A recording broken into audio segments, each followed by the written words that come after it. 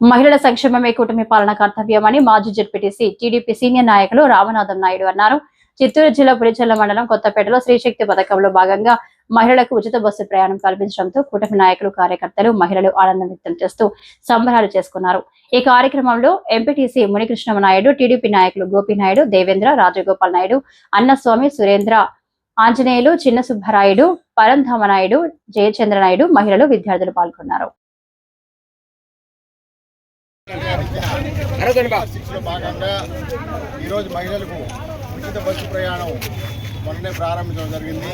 మళ్ళీ తిరుమలకు కూడా ఉచితంగా మహిళలకు టికెట్ ఇవ్వాలని వాళ్ళు ఉచిత తప్పాలని నిర్ణయం తీసుకున్నారు.